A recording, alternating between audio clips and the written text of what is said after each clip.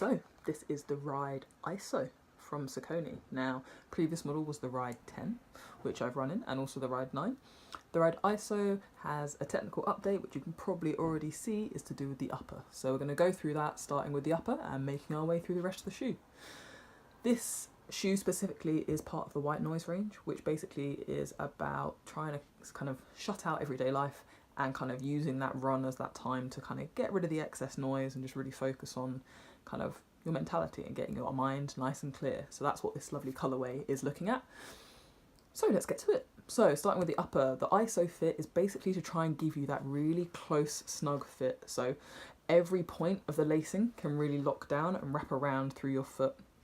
It naturally does make it slightly wider, so for those people that have a slightly wider foot, the ISO fit does cater to that slightly more, which is great. It also really helps when you get your foot in there and locks it down around that midfoot also. Dropping into the back of the heel, a little bit more padded through that area, a little bit more of that kind of sock liner fit, and I say that ISO fit kind of complements the sock liner overall fit throughout. So from a point of view of the upper, that's the key change making this part of the ISO series now.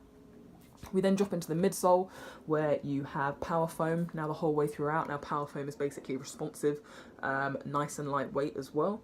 And then what they also have is a top sole of what they call their Everrun. Now their Everrun is a split you can see through there. It basically looks like Boost, but it is slightly different. It's not the same thing, but again it gives the same effect in terms of being more responsive and really giving you that fit off the foot. Another thing about the midsole, it's got what they call form fit, so really helps to spread the force and the pressures under the foot, which really again aids that kind of spring off of the feet. We then drop into the outsole, so you can see mine's a bit dirty because I've actually run in it, but yeah, it's this kind of tri-sole flex, which is a classic thing from Saucony, hasn't changed. A little bit more reinforcement up through big toe, but really gives it that nice kind of flex off the forefoot.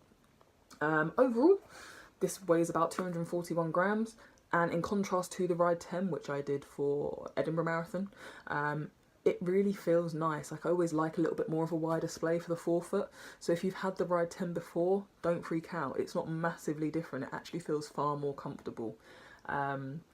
Weight-wise, I think it's about size 6, it's about 240 grams, so kind of that middle weight category, not super heavy, fairly light, really nice fit. As I mentioned at the start, this version of the shoe is out now. Pre-orders for other colourways aren't coming out until July, so there will be kind of a bit of a wait for a more standard colourway. But no, overall, this is a really great shoe to run in. If you've had shoes like the Nike Pegasus, like the current Solar Boost from Adidas, or trying to think, Brooks Ghost, this is going to be a very, very close competitor now due to that upper change, especially to the Brooks Ghost. It's going to give a little bit more width through there, which is going to feel really nice and comfortable. Price point also $120, so sitting nicely in the rest of the market. So yeah, give it a go. The Saucony Ride ISO. Out in July mainly, but yeah, this version out now.